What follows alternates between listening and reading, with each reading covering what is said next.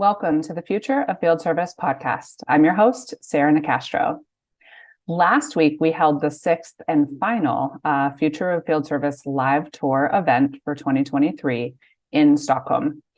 It was a great day, great event, and a wonderful way to wrap up the live tour series for this year. And thought it would be worth sharing a bit of what took place with you all.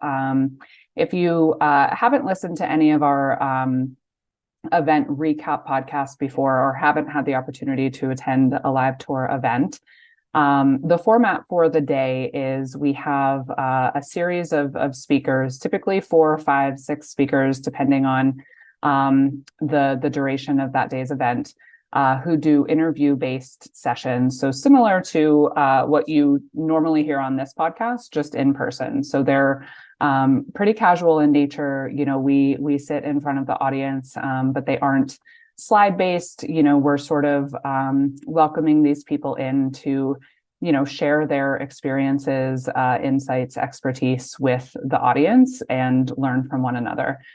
We also have workshops that are sprinkled in, usually one in the morning, one in the afternoon, where attendees break out into smaller groups and have some more in-depth conversation related to the topics that have been presented. So, you know, this is the second year doing these events. In 2022, we hosted 5. This year, this was our 6th. And you know, overall, the feedback has been very positive, and it's always heartwarming for me. You know, if I ask people, you know, how was today for you? I had a gentleman last week that said it was inspiring, and those are the answers I love, right? Because you know, we live in the information age. We can get information everywhere. So while the speakers are definitely sharing helpful insights and information, what I love about these days is when these service leaders, you know, take a break from their everyday responsibilities and come together as a community, they have the opportunity to leave feeling inspired and, you know, reinvigorated to go back and continue innovating in their businesses. So that's an honor for me. So last week in Stockholm, we had our first session was with Carolyn Hagstrom Markland, who is the Managing Director and Vice President for Customer Services in the Nordics at Vattenfall. So this session was an inside look at Vattenfall Customer Services prize-winning People First strategy. Okay, so Vattenfall Customer Service has won a couple of different awards and recognitions, such as winning the Swedish Union's HBTQI Award for Most Inclusive Workplace. That's just one example. So they have won these awards because they have put a lot of effort into really creating this people-first culture. This is one of those things that, as Caroline and I discussed, can be a very thrown about term. You know, everyone knows that they should say they're people first, but it's a question of, you know, if they're really doing the work to live that out, and then, you know, what impact that can have. So I loved that, you know, Caroline made a number of really, really important points, and you know, the entire session was great and hopefully will be released as a podcast. But, you know, I know one of the things that was important for her to convey is that people tend to think that this idea of people first is this soft, fluffy concept. And what she wanted to make sure people understand is that, you know, there are real business benefits that come from putting action behind creating a people first culture. So she spoke in specifics about some of the impact that Vattenfall Customer Service has seen since it started on this journey and how that has related to you know, metrics of results achieved, customer satisfaction, et cetera. She also, you know, spoke about some of the challenges. So, you know, she was there from the perspective of winning these awards and having made all of this progress, but she was sure to share with folks that, you know, it hasn't just been a smooth journey. There are some things that are challenging that you have to overcome if you want to put the effort behind truly becoming people first. So she shared some of those. She also spoke about, some of the most important elements. So she shared some stories about building trust and how that can take time, requires patience, but is very, very important in showing your teams that you are invested in the process. She also talked about the fact that leaders can't do this without being able to be vulnerable and emotional. Being people first requires you to really get to know people as humans, and you can't do that if you're, not willing to open up and be yourself. And she also talked about the importance of being humble and shared a story around, her willingness and readiness to admit when she doesn't have the answers, and also, sharing with her teams that her intentions are good, but she isn't perfect, and welcoming them to, hold her accountable. So many great points were made, and I think a very important discussion. Any of you that are here on the podcast often know that I'm a big believer in this approach, and what it will continue to mean in terms of retaining and recruiting top talent into the future. The second session we had was a service transformation deep dive with Electrolux. So I was joined by Christopher Brunn, who is Services and Repair Transformation Manager, Anna Mezzanotte, who is Service Operations Product Domain Expert, and Peter Sandqvist, who is the Transformation Manager, all from Electrolux. What was really cool about this session is Christopher, Anna, and Peter are all from different functions of the business and came together to really talk about what has gone into making their service transformation a success. So they are in the midst of a global rollout of IFS, and talked about sort of some lessons learned in actually piloting a solution before they kind of regrouped and went through a new selection process. And what they learned about the importance of having all stakeholders involved.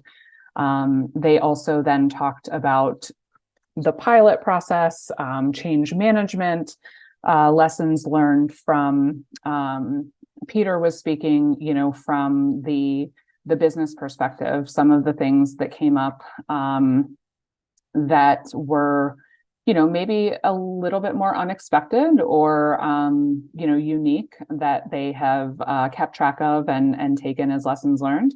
And Anna then from an IT perspective. So they went into some detail around, what does it really take to execute this type of global transformation? What are some of the things that were pleasant surprises? What are some of the things that were unforeseen challenges? What have they been learning along the way that they then take and put into the plan for the next region, et cetera. So it was a great session. I think these are the types of sessions people really value because, we often speak of these global projects once they're, completely executed and we talk about the impact. But people aren't always willing to share, the in-between and the deep dive into, what it takes along the way to get to that ultimate success. After that, we had our morning workshops and lunch. And then the next session was with Hanela Peltonen, who is the head of field service transformation at Kone. So Hanela joined really to talk about how Kone is viewing and forging the future of service. So we spoke about, a number of different areas of change or of transformation, and, how those can be both a challenge and an opportunity. So Hanela spoke about, her view on each of those areas and, what some of the challenges are, but also what some of the opportunity is that those areas represent for the business going forward. So again, very big global brand. So a lot of things to take into consideration when you think about, this idea of creating global consistency in customer experience and global standards, but also, keeping in mind all of the regional differences in approach, culture, et cetera. We talked about obviously technology and the role that plays. We talked about how the role of service technicians has changed and is changing. So a number of different areas that are top of mind for Hanella as she leads Kone into the future of service. The next session was with Henrik Wall, who is the business area manager for services at Coromatic. And this session was how Coromatic has taken service from aftermarket afterthought to business growth engine. So Henrik started by saying how much he dislikes the term aftermarket, and why that often gives the connotation that it is more of an afterthought. We talked about Coromatic beginning in 2017 really saw an opportunity for differentiation and growth around service, and Henrik has been leading that journey since that time. So they decided to create service as a dedicated business, and so he spoke about why that decision was made, the impact that it's had, how they have encouraged technicians to not necessarily outrightly sell, but to make suggestions with customers to take more of that consultative, trusted advisor role, and the impact that that's had. Also, how this journey has evolved the type of services that they offer their customers. So moving from sort of the traditional service to more of an area of opportunity to make suggestions to a full outsourced service model. So it was interesting to think about, how this focus brought about for them, areas to introduce different service offerings. And certainly they have succeeded in, really growing service for Coromatic.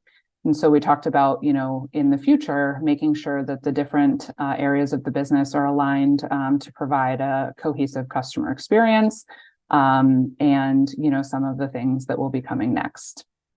And last but not least, we had a session with Anne Sorensen, who is the Global Competence Development Manager at Alfa Laval.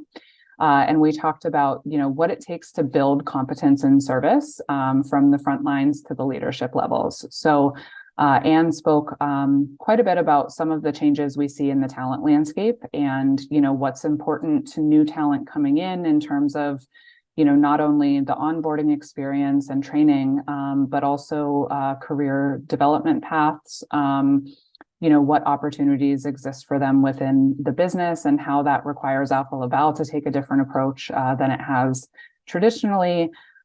We talked about how she and her global role aligns with local HR and business leadership to create and execute this competence strategy.